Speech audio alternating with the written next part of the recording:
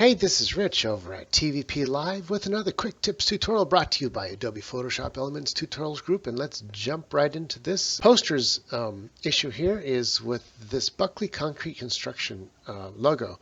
Basically, they want to reconstruct it and make the words Buckley and construction white. The problem with it is that the file is just way too small. If you look up here at the ruler, it's only 7 inches wide by about 5 inches tall. That's a terribly small image to make logos out of, because when you zoom in, you're going to see like this gray is all fuzzy, the letters are all fuzzy.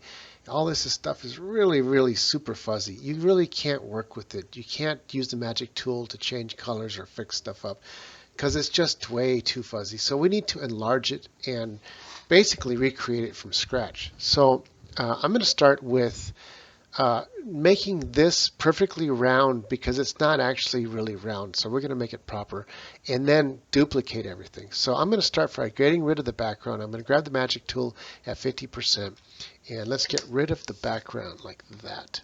Now we had to unlock the picture here first to be able to do that.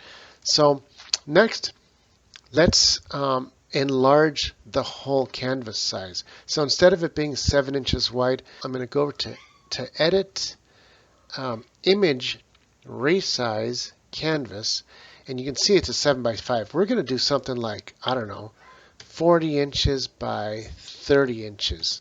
So we're really making the canvas huge, and you can see the canvas is a lot bigger. Let's put a white background so we can see what we're doing. I'm going to create a new layer, select the white color, get the paint bucket and pour it all into that canvas. I'm going to take that layer and take it to the back. So now we're working with stuff that we can really see. Let's turn on and view the grid, and then let's also snap to the grid. So we go to View, Snap to, and Grid. Good, it's already chosen. And let's make this circle really big. And so if I go 1, 2, 3, 4, 5, 6, 7, 8, 9, 10. And I'll do the same thing down. I'll go 1, 2, 3, 4, 5, 6, 7, 8, 9, 10. So next what we want to do is start a new layer by clicking up layer over here. And let's start designing these circles going around. You got the first gray, then the black, and then another gray one, and another black one in the center. And so we'll start with the first gray one. We're going to grab the elliptical and make it a circle, and follow the edge from here to here where they match.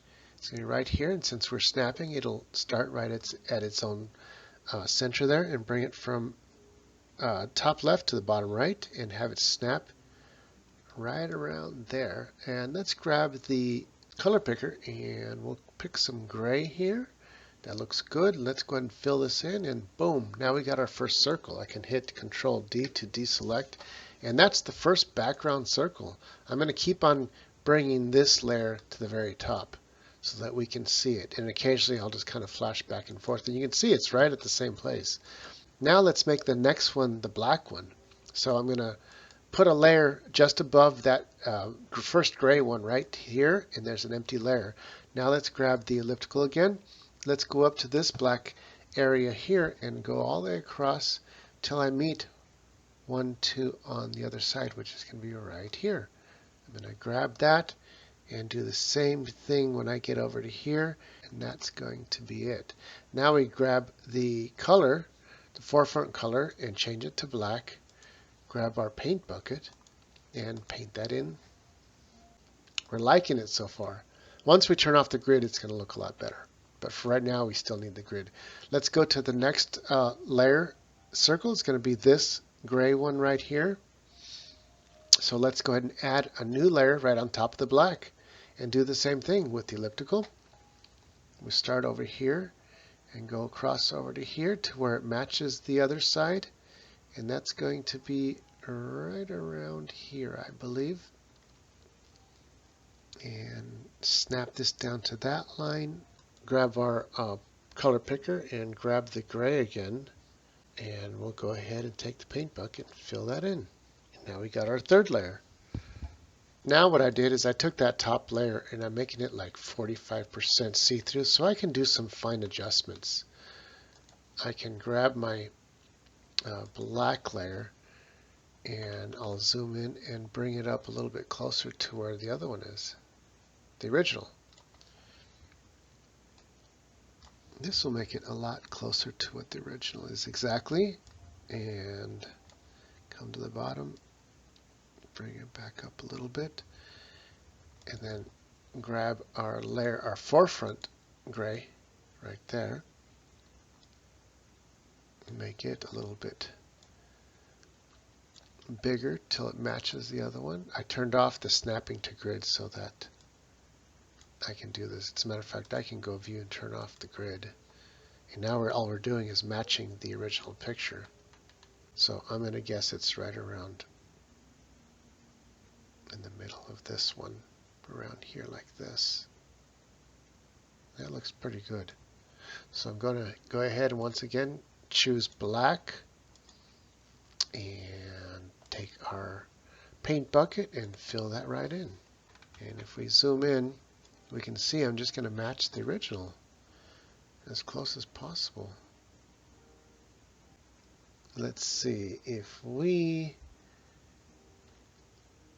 come across here and bring it to here and we hit delete, we're going to get rid of that, boom, that part, and then just a little bit gray on the top here that we need to get rid of. Let's bring it up like that and hit delete, and one more down here, just like about that, and hit delete. And I think we got it. If we turn off the original, we see we got the whole template here. Now let's go ahead and turn off the original, toggle it, and I think we got it. Pretty darn close. All we have to do now is bring in the font, and it's going to be, and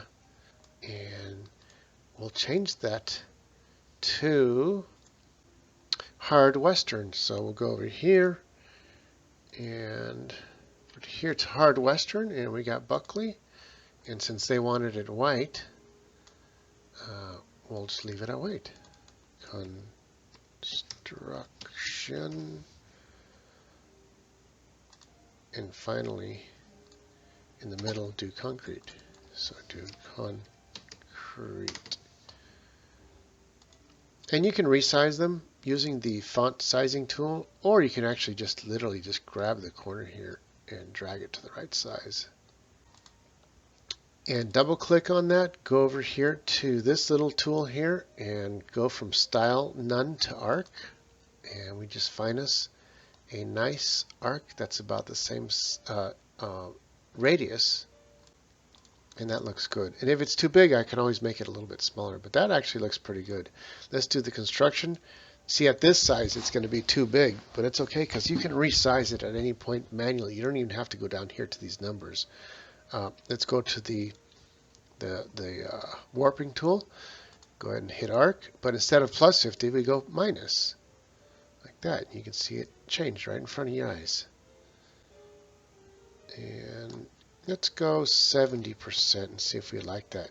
Now you see it looks too big, but all you have to do is just grab one of the corners here and click it once, and then the second time you click it, you grab it. Make this a little bit smaller. And let's put it right into place, and that's looking pretty good. Okay, so I think we got us a nice new logo. I'm going to take the cropping tool and crop it off just a little bit above and save it there. I can turn off the background to leave it, to save it as a PNG, or turn it back on and use it as a logo anywhere you want. Anyway, this is it for this tutorial. This is Rich calling it quits, saying over and out.